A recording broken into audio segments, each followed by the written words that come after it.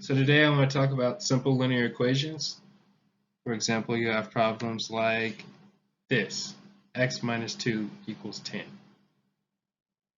Right? So the goal of linear equations is to isolate x all by itself. So we have to do the opposite of what the operator is telling us to do. So if the operator is saying minus, we have to add. So now I'm going to add 2 to both sides. When I add 2 to this side, it goes to 0. When I add 2 over here, you get 12. Therefore, x would equal 12. Let's do some more problems. Here we have x minus 4 equals 7. So if the operator is telling us to minus 4, right, we have to add 4 because the goal is to get x all by itself. So now I'm going to add 4 to both sides. 4 minus 4 plus 4, this is going to go to 0. And so this will be left with x. And then 7 plus 4 is 11.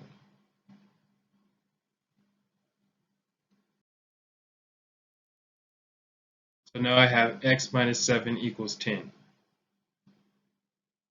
Again, I have to do the opposite of what the operator is telling me to do. The operator is saying minus 7. So in order to isolate x all by itself, I have to add 7. So I add 7 to both sides. Negative 7 plus 7 is 0. 10 plus 7 is 17. So x is going to equal 17.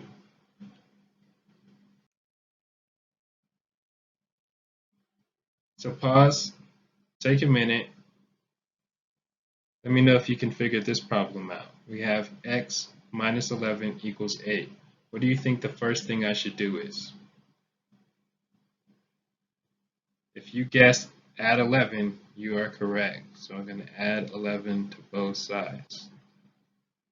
Negative 11 plus 11 goes 0. 11 and 8 is 19. X equals 19. So now I have x minus 12 equals 31. Right? We have to do the opposite of subtraction, which is addition. And if they're subtracting 12, we have to add 12 because we have to isolate x all by itself. So let's add 12 to both sides. So negative 12 plus 12 to 0. 12 and 31. 43. X equals 43. So now we have x minus 16 equals 29. And again, the goal is to isolate x all by itself. So in order to do that, we're going to add 16 to both sides. Negative 16 plus 16 goes to 0. 6 and 9 is 15. Get 45.